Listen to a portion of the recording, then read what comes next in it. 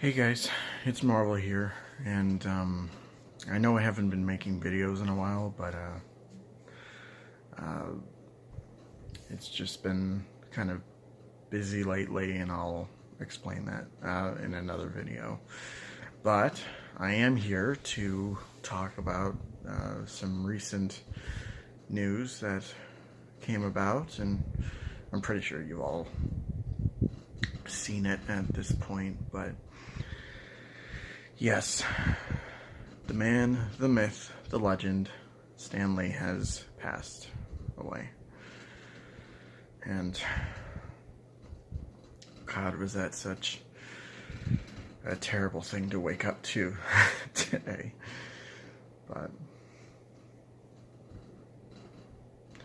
But instead of trying to be sad about it, I'm going to reminisce and tell you about some of the good things that Stan Lee has done for my life and for millions of the fans that have supported him all this time. And I actually have another video coming out later, which will be the time that I actually got to meet Stan Lee at a convention, so that'll be fun for me to tell. But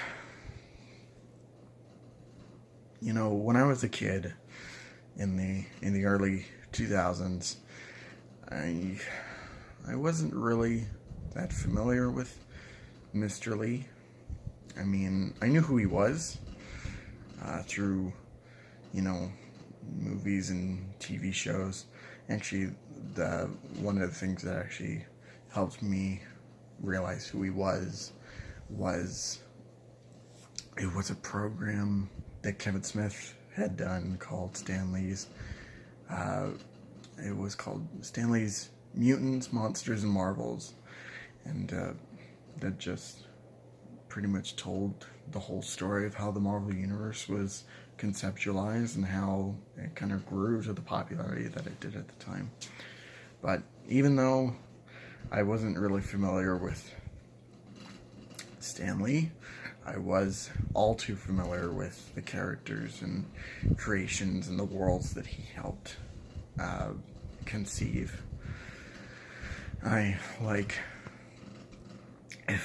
If I wasn't watching Sam Raimi's Spider-Man over and over and over again, I was watching VHS tapes of all the 90s cartoons. Like, of course, you know, Spider-Man, The Incredible Hulk was one of them, the Fantastic Four, Iron Man. Like, I watched them all the time. And even on one of those Spider-Man tapes, they had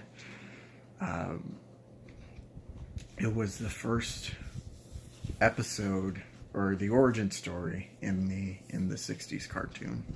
So I watched that over and over and over and over again, plus like all the other Marvel movies at the time, and you know.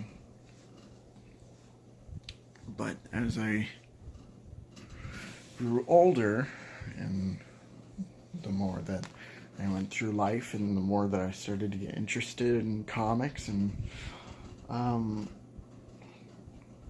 all that sort of stuff, and with the help of, like, you know, the Marvel movies we have today, like Iron Man and all that, I really grew to an appreciation that, you know, like Stan Lee had at the point. His legacy was something that I was astounded by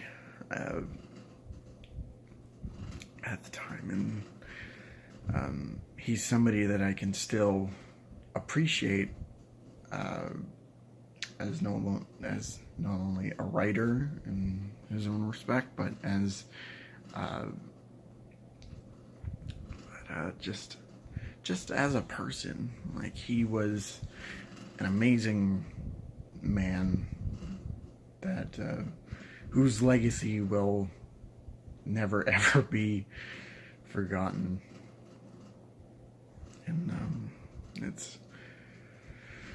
it is really something when you take a look at it, to see where he started, you know, writing Captain America comics and during World War II, to where he is now, you know, like with his characters being such successes to the mainstream and him being the king of cameos. So, but yeah. But anyway, this is just a short video to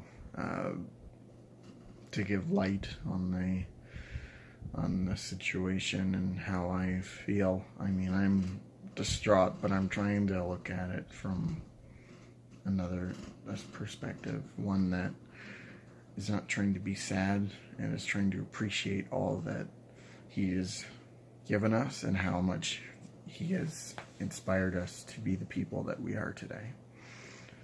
So for that, I want to say thank you, Stan Lee.